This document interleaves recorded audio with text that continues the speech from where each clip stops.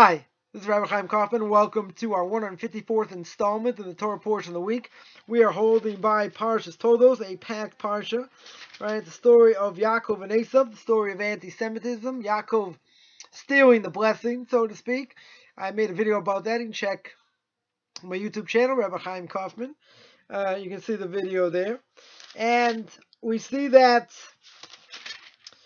also that Yitzchak gives the blessing, right? He gives the blessing to Yaakov and not to Esav, right? So we've spoken about a lot of different things there. I want to hit something right at the end of the parsha. The Torah tells us, chapter 28, verse 9, when we're going through how many years seemingly Yaakov was away from his parents. Because they learn out, again, chapter 28, verse 9, so Esav went to Yishmael and took Machalat, the daughter of Yishmael, son of Avraham, sister of Nevios, in addition to his wives, as a wife for himself. Right, so why is this told? Why do we care who he took for a wife? So Rashi explains that there's a calculation over here. Right, there's a calculation. What's the calculation? Calculation is that Yaakov is punished for Bittul Kivud Aveim. Now what's he punished for? The fact that he doesn't go back, he's there 22 years, and he doesn't go back, he nullifies the mitzvah on his parents. Right, he doesn't go back. Right, the thing we should be punished. Nonetheless, he's there by Lavan, and Rivka sends him there. Right, the Rivka sends him there, she hasn't told him to come back, there's probably still danger. Right, if there's still danger, there's no problem with Kibbut Aveim. Even if he was there. Right, even if he's there. And he's learning. So what's the problem? She never called him. Right, Rivka never called him back. So maybe we'll say if he's there and he's learning, maybe he should have gone back for a small amount of time. Right, maybe we'll say that.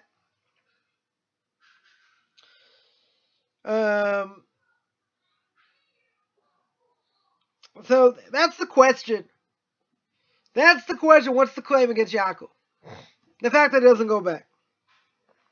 Says Moed Rebbe, Arav Agon or Moshe Star, Moshe Shlita, should be well. Says in Chochmah V'das, he says, really, looks like you should have gone back a little bit for a small amount of time to visit him, right? To visit his parents. And he could have gone for a short amount of time, not, hiding from Esav. That Esav doesn't find him or any of his men find him. He could have gone there for a short amount of time.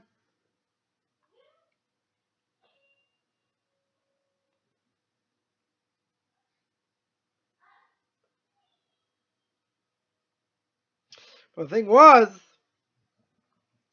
right, even if there's no sakana, even if there's no danger, he's learning Torah.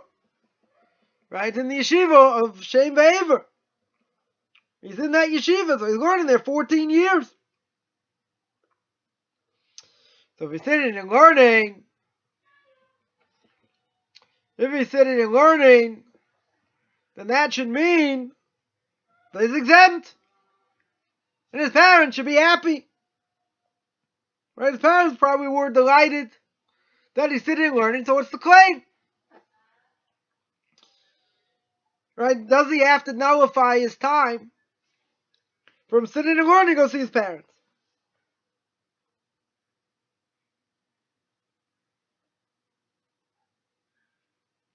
Even though Rabbi says the person's going to be stringent on himself when it comes to honoring parents, even if they're moichel him, they say, yeah, don't worry about it, you don't have to come see us. You should be sitting learning in Torah. Right, sitting and learning Torah. Nonetheless, my Rebbe says, the mitzvah of kibbutz avim, tremendous mitzvah. Right? It's one of the only two mitzvahs that the Torah tells us that a person gets a richas yomim, gets a long life. So maybe that's what he should do. He should go back. Right? He should go back, even though he really shouldn't take away from Torah, learning. Let him go back a little bit because the mitzvah of kibbutz avim is tremendous.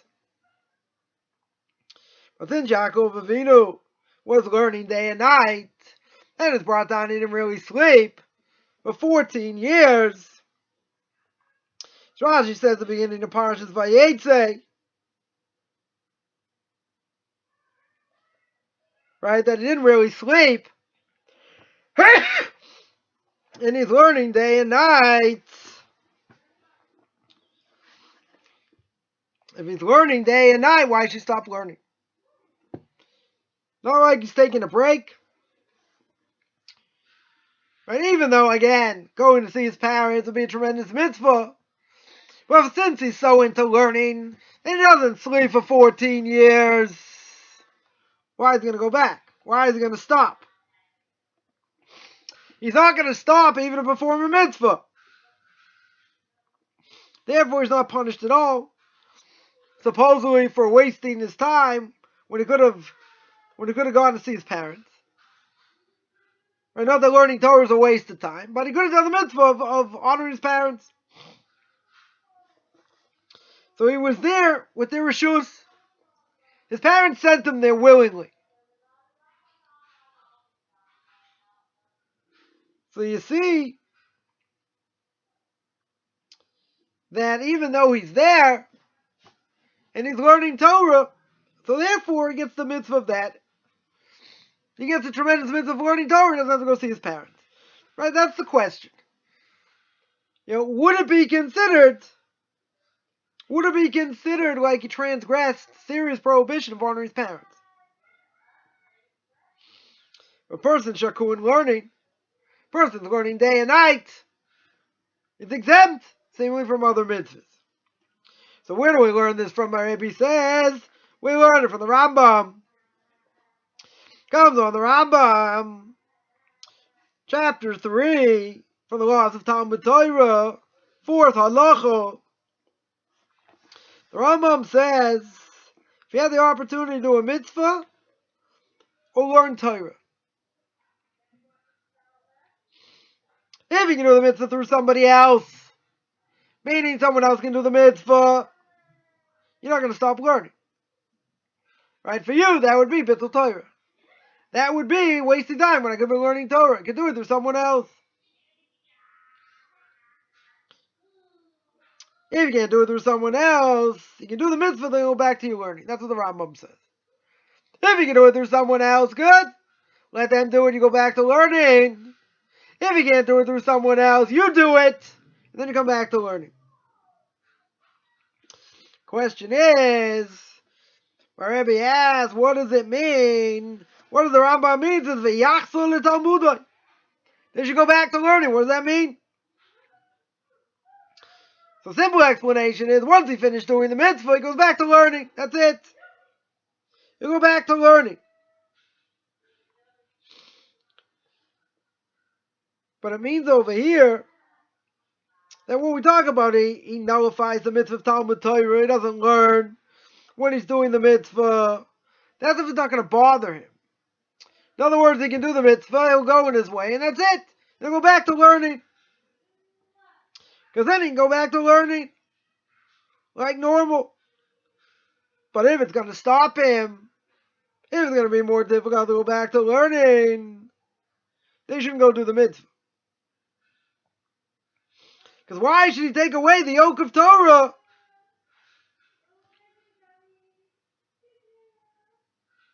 and then not go back to it? In other words, he's saying like this, according to the Rambam, that if a person is sitting and learning and the mitzvah comes in front of him, someone else isn't learning, let them do it. If someone's learning,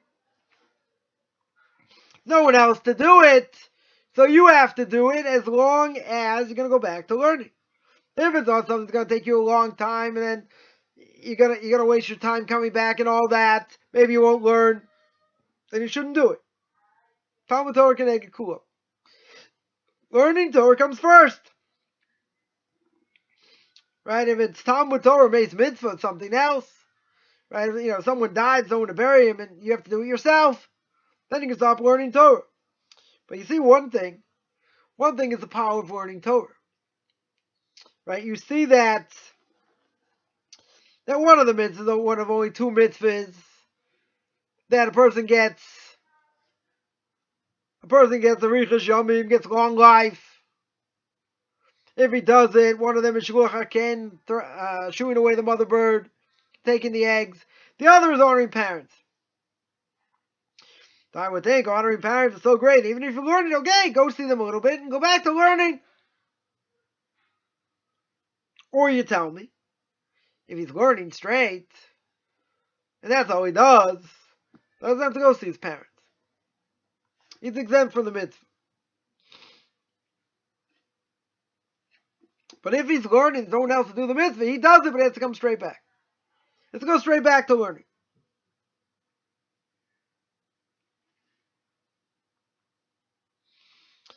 So, my Rebbe says, this is a fundamental principle by B'nai Torah. That what? That even though a person can nullify learning, he can stop learning for the sake of a mitzvah. But if it's going to be that if he does the mitzvah, he's not going to go back to learn. If he's not going to go back to learn, what does he do? Then he doesn't waste his time doing this mitzvah. He continues to learn. Now, you'll tell me, well, mitzvahs never waste of time. If it can be done by someone else and you're learning, let someone else do it. If you can do it and you're going to come back to learning, and it's not going to bother you, then that's fine. But if it is going to bother you, you're not going to go back to learning, then you shouldn't do it. That's a tremendous thing. According to the Rambam says, yeah, I'm allowed to be mavad. I can stop learning Torah for the sake of doing this mitzvah only if you're going back to learn straight away. So, for instance, no one around across Granny the street. She needs to cross the street. You go help her, go straight back to learn. It shouldn't take you out of learning the rest of the time. Right? That's the point here. So this is the reason Yaakov doesn't go back for a little bit of time to see his parents and to honor them, because he went there. They told him to go there. So since they tell him to go there, he gets the merit. He needs to get the crown of learning Torah. And that comes first. And that's more important than doing Givud Avim. That's more important than honoring his parents. And he understands his parents probably say, don't worry about it. You're sitting and learning, you're steiging, you're learning well. Don't worry about seeing us. Even though you might say on the other hand, learning Torah, honoring your parents, such a tremendous mitzvah. He should go see his parents at least a little bit. Nonetheless, we see that his learning Torah is really an honor for his parents. Right? It gives his parents tremendous nachas, tremendous enjoyment. The fact that he's learning Torah. So therefore he's exempt. And he shouldn't stop. So the fact that he's in the house of Lavan 22 years, even though he understood that his parents, weren't stringent that he should come back, and they forgave him for that, what's the real problem? It's not just the idea that he's going to go back and see his parents and he should stop learning Torah. But you have to remember where he is. He's in the house of Lavan. The Rebbe says the impurity of Lavan was Bilam. Or Bilam was Lavan. He was Gilgal. The reincarnation of Lavan. Targum Yonasan says in Parshas Balak, right, it says over there that Bilam is Lavan. So you could say, he's there for so long, what's he doing there? Maybe he should have just gone in and gone out, take his wives and left. And that's it, not be there as long. Because the impurity by Lavan is so strong. Right, so it says over there that the power of his learning Torah was so great that it nullified the power of the impurity of Lavan. So therefore, a good reason not to go. Lavan's power to do bad things is mitigated. Gets knocked down. He's not able to do what he wants to do because Yaakov himself nullified the power of Lavan. The power of this impurity. But it could be, what's the claim? So even though that's a good thing and he's got a good reason why he shouldn't go, he's doing great things, but maybe he should have gone anyway for a little bit of time. Go for a couple of days and leave.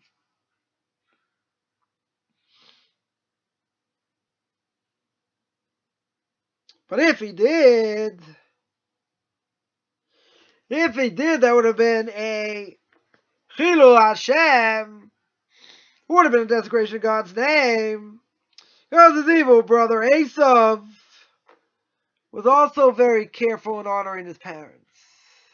That's why Yaakov's afraid of Esav. Because he might have even done better in honoring his parents than Yaakov. That would have been bad. Because of Esav, the no good scoundrel that he is, even though he's got a big mitzvah and kibbutz av aim, the fact that Yaakov's not there could be a kitrug, klape shamayim, could be look bad in heaven, could be a desecration of God's name.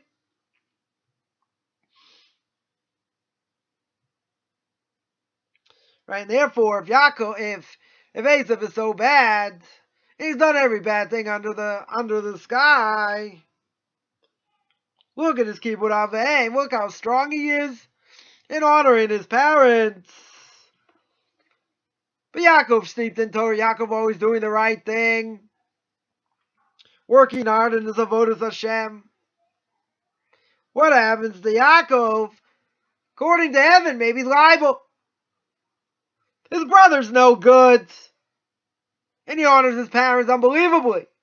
Yaakov's even better, and he learns and he's working on himself. How come he doesn't go see his parents? Even for a little bit.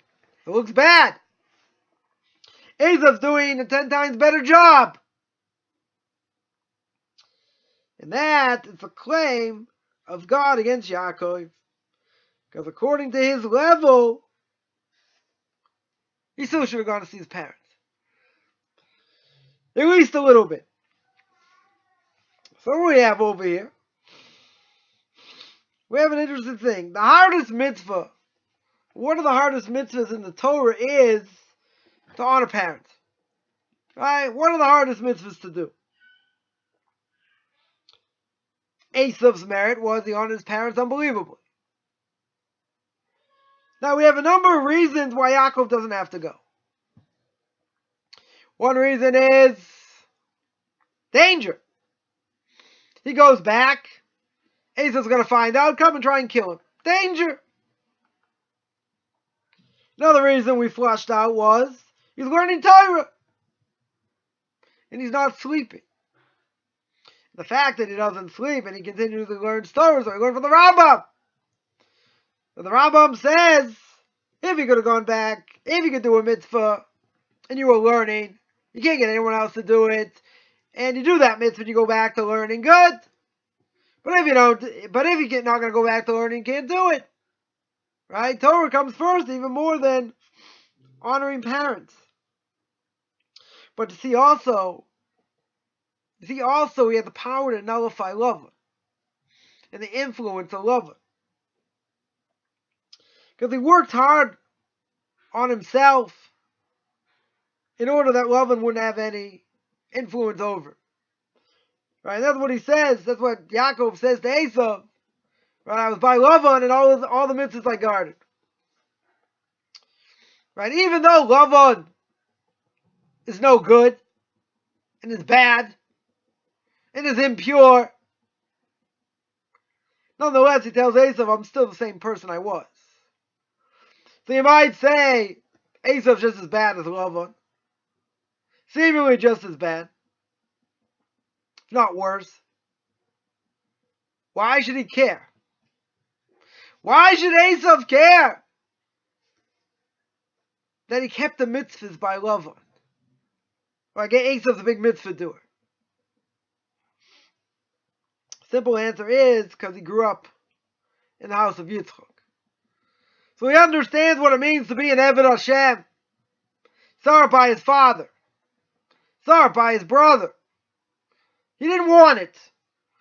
His evil inclination got the best of him, destroyed him. But still he understood what it was.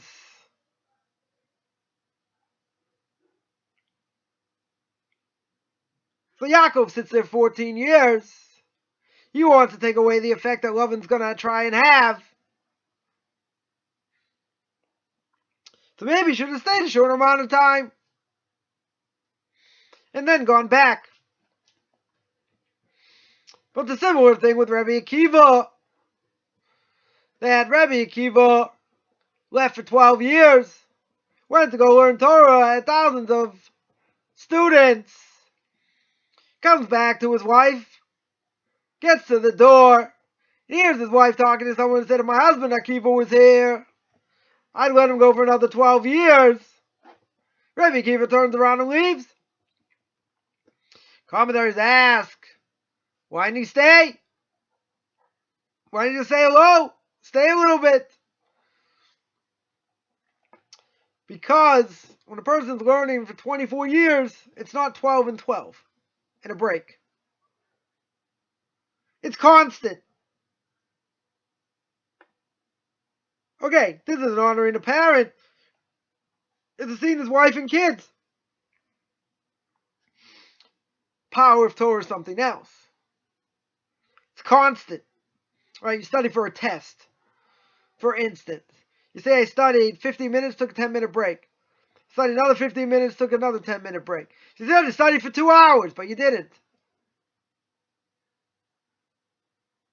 Right? Study less than that. I just took a break. It's not the same. A person learns, goes out, comes back, goes out, comes back. It's not the same as if a person's learning continuously. A person can't keep their head up. They have to put their head down. They're tired.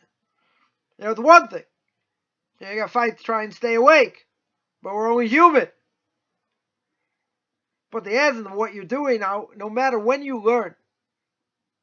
Let's say a person's going to learn for 2 hours.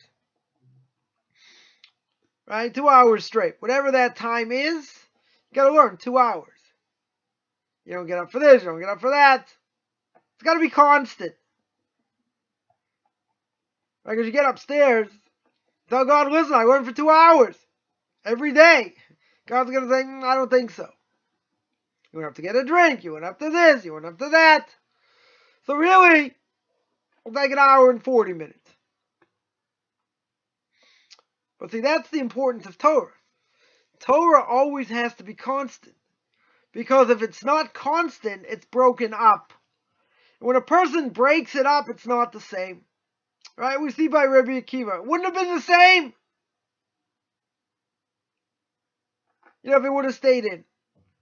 Saw his wife. Saw his kids. He would have been the great Rabbi Akiva. It would have been less. Right? That's certainly what it sounds like. But that boggles the mind. Right? Because the reality is that even if he was there for a certain amount of time, he'd be exempt from learning Torah. If he's in the middle of learning, he goes, one thing. If he's leaving anyway, okay, he's not learning Torah now. This cannot be underemphasized. When a person sits to learn, whatever that fixed amount of time is, it has to be constant. When it's not constant, it's broken up, it's not the same. Now again, you might be under onus, something happens, you have to get up, this, that, whatever. But a person should learn straight as much as possible. Because when you do that, the Torah is intact. The Torah is not broken up. A person learned for an hour and a half out of 2 hours. Can't say you learned 2 hours. You took breaks, you did this, you did that. It's not the same. Torah to a certain extent is weaker. See, we wouldn't have necessarily thought that. We said, okay, we got up, got something to drink, got this, did that. You had to go outside, a little bit of fresh air, whatever. Keep himself fresh, keep himself awake. But it's not the same as if it wasn't constant.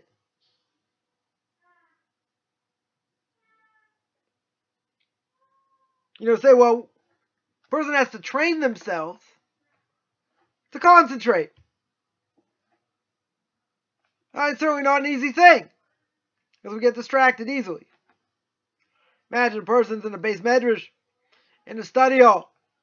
People walk around, people go up to get a book, you're walking around, this, that. Where's your face got to be in the Gemara? Face has to be in the Talmud, the book, whatever it is you're reading, Chumash, Jewish philosophy, whatever. Your mind has to be there. Another thing, a person sits down to learn, and you're going through it, but your mind's somewhere else. Question is, you get schus, you get merit for learning when your mind's elsewhere. The simple answer is no. You'll get something for going there. But if you're sitting going through the words in your mind somewhere else, that's not the war of Torah. Right? That's not the milchama. The fight of learning Torah back and forth, taking the different statements, grinding them up, trying to understand, trying to make sense of it.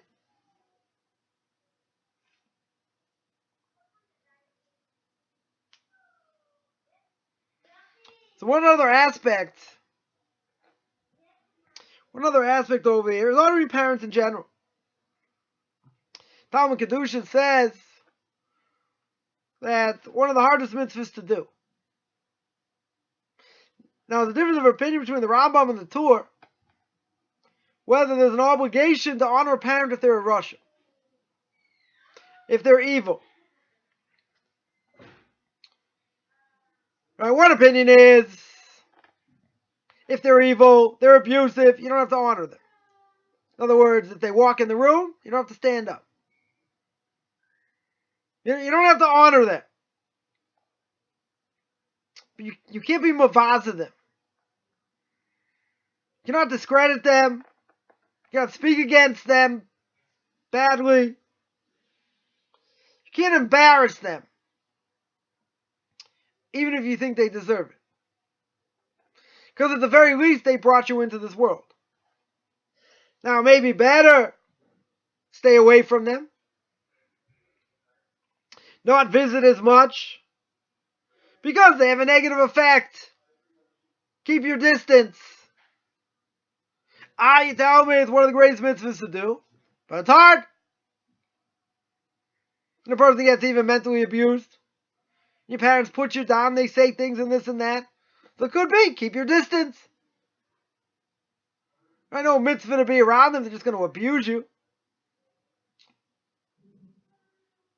But you also have to show, respect. If they say things, you can't interrupt till they're finished. Even if they say something that goes against Torah. If you want to rebuke them, you're only allowed to say, well, I think the Torah says like this. Or I think the Torah says like that. Now, they'll understand. If they don't hold by it, doesn't matter. They can say the Torah this, the Torah that. But you're not directly contradicting them. If you would say you're wrong, that's disrespectful. Doesn't matter if they're evil or not. But you're not allowed to contradict. You have to show respect. That's a hard thing. Because the person gets beaten down on a regular basis. It's hard. So what about a non-Jew? What's a non-Jew's obligation? Even if they don't convert. So we'd say when it comes to honoring them, probably don't have an obligation. You have to respect them. Right? You shouldn't make fun of them, shouldn't contradict them. You gotta speak to them in a nice way. You shouldn't raise your voice. Right? Makes sense logically. But we have to be careful. Because if they do something against us, or something in a negative way, we want to say something. If they make fun of Torah or whatever, you want to say something. But you have to be careful.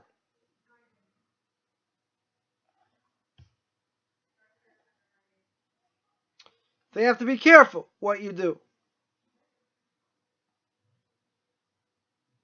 And it's a very, very powerful mitzvah.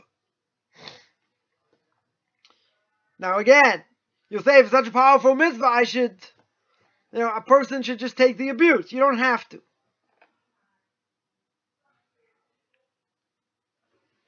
A person will decide what they have to do. What they can handle, what they can tolerate. But it doesn't mean you have to be a punching bag, even if it's your parents. There are a lot of nasty people out there. Person leaves Christianity. Person becomes an Orthodox Jew, no difference. In many ways. Maybe parents are offended. I know somebody. Became an Orthodox Jew, parents totally cut him off. Father never met his wife and kids. Mother did. But negativity. Tremendous amount of negativity. So even with all that, you speak once a week, once every 2 weeks. That's it. You don't need to do any more. If it's going to have negative repercussions.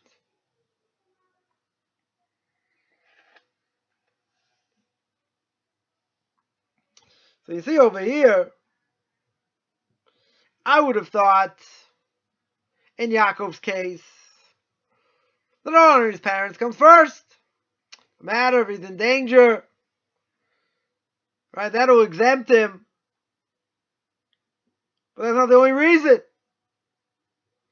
The only reason is because he's learning Torah. So we see the power of Torah. The power of what it means to learn Torah. That even if he's learning Torah so much, you're not taking any breaks, you don't have to honor your parents. You don't have to worry about seeing your parents. But the only problem is, his brother, good old Esav, was tremendous in honoring his parents. So now what happens? He's one doing the right thing, Yaakov. And he's going in the right direction. He's learning day in and day out. And he's not sleeping for years. And he's learning. Makes him look bad. This schnook, Esav, does everything wrong under the sun. But he's very good at honoring his parents. So it could be, in the eyes of heaven, it looks bad. Could even be a desecration of God's name. But it's not. It's not a Chilul Hashem per se. He was doing other things. So he was exempt. But it could be, my Rebbe answers, maybe he should have just gone for a short amount of time. And if he goes for a short amount of time, not a danger. He gets to honor his parents, and he leaves. But that's only if he's not learning fully. If he's not learning day in and day out, yeah, that's probably what he should have done. But you see all these other factors involved. So when we look at this and we say, right, the commentaries tell us it's an issue. Maybe it's the problem with Kibbutz Avim. Maybe it's the problem of honoring his parents. He should have been liable. Why is he learning there 14 years? Should have stopped at some point. Come to see them. Well, we see, not so simple. Right, he's learning. He's keeping at bay the power of Lavan in the negative sense.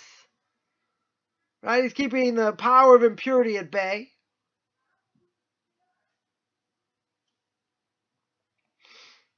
And he's learning day in and day out.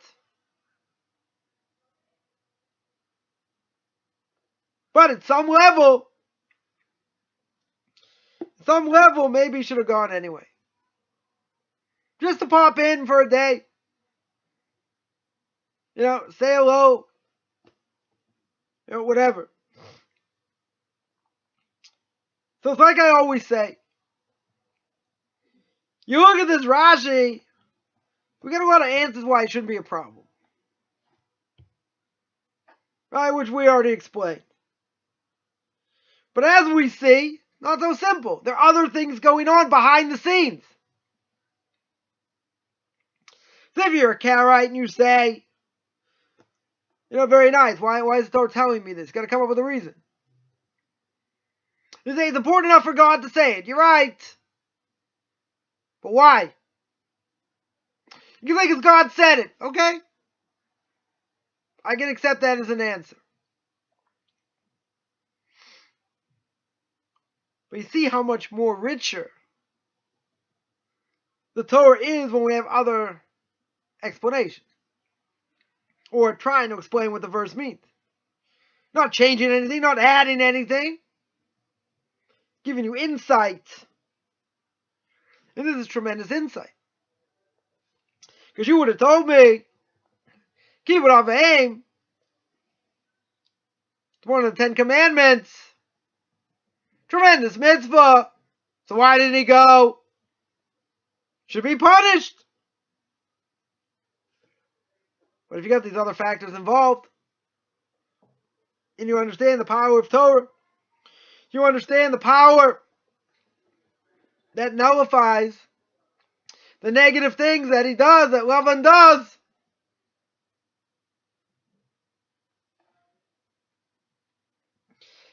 and the fact that his parents would have given in, and they would have told him to sit and learn, nonetheless, there's still something there. Rebbe says that, it's something small. Meaning he should have gone for a small amount of time. That would have been enough. They would have taken away the whole problem. Except that if he doesn't go, and Esav does all these things that shows how great his kibbud av v'em is, looks like a desecration of God's name. Now that you don't want to have. Even if it's a havamina, means I would have thought maybe this, that. Grasping at straws over here. But the reality is it looks bad.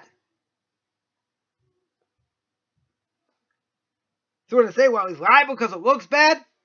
Could be at his level. Someone else's level would have been okay. He's arguing one of the others. He's held to a higher standard. He wants to live to a higher standard.